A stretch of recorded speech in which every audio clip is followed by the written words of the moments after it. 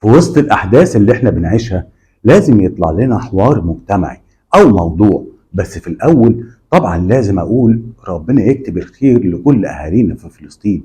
بس الحقيقة أنا جاي أتكلم في موضوع تاني، موضوع التعاطف. مين شير؟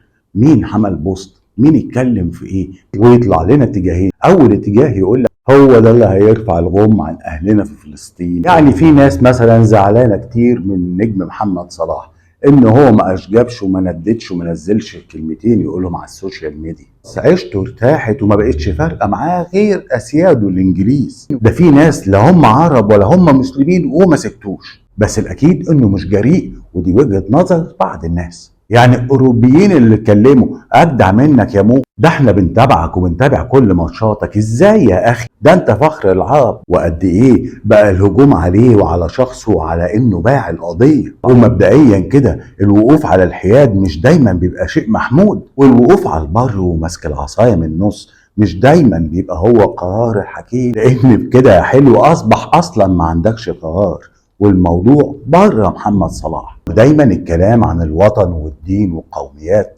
بيظهر في الأوقات الصعبة، الأوقات المصيرية زي أوقات الحروب. ما تستحملش قرارات فيها حيادية أو ميوعة أو ما تكونش حاسمة. حتى المفكر الإيطالي دانتي أليجيري اللي يطلق عليه أبو اللغة الإيطالية قال نفس الكلام ده في الكتاب بتاعه الكوميديات الإلهية، إن الواقفون على الحياد في المواقف العصيبة لهم مكانا خاصا في الجحيم. والحقيقة إن عنده حق، لأن الوقوف على الحياد في مواقف زي دي ملوش اي قيمه. ويطلع لنا الاتجاه التاني ويقول لك هو ايه الحياد مش من حق اي حد ولا ايه؟ واصل خلي بالك برضه انت ما تعرفش دواخل الامور. طبعا من حقه ومن حق اي حد يعمل اللي هو عاوزه بدل ما بيأذيش غيره. دي بقى مشكلتنا كمصريين، لما بنحب حد بنحبه بزياده وبنديله مساحه كبيره وقدر ومكانه اكبر واكبر، واحيانا نحطه في خانه الزعماء، ومش بعيد نحطه في مصف الاولياء، ونبتدي نحمل الشخص مسؤولية أكبر من حجمه. كلنا يا جماعة بنمر بلحظات جبن وخوف وضعف، على الأهل، على القوت، على المال، على العيال، على كل حاجة. أنا مش بدافع عن حد على فكرة، لكني بحاول أفوق الناس على فكرة إن إحنا إزاي ندي نفسنا أحقية إن إحنا نهاجم حد علشان سكت.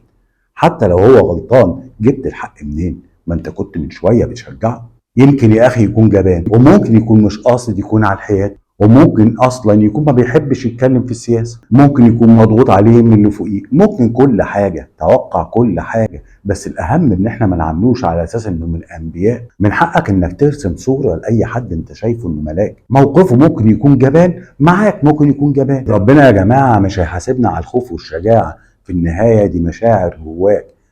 معاك انك انت الايمان بربنا يقوي القلب، بس ما اقدرش احكم على غيري. كلنا بيجيلنا لحظات فيها خوف علينا وعلى اللي حوالينا، مش اي حد نحطه في مكانه مش مكانته، ومش اي حد نعمله رمز، ومش اي حد نطلب منه ان يعمل اللي على مزاجنا. وربنا يصلح حالي وحالكم ويعدي الايام دي على خير وينصر اخواتنا الفلسطينيين. سلام عليكم، مسوا العافيه.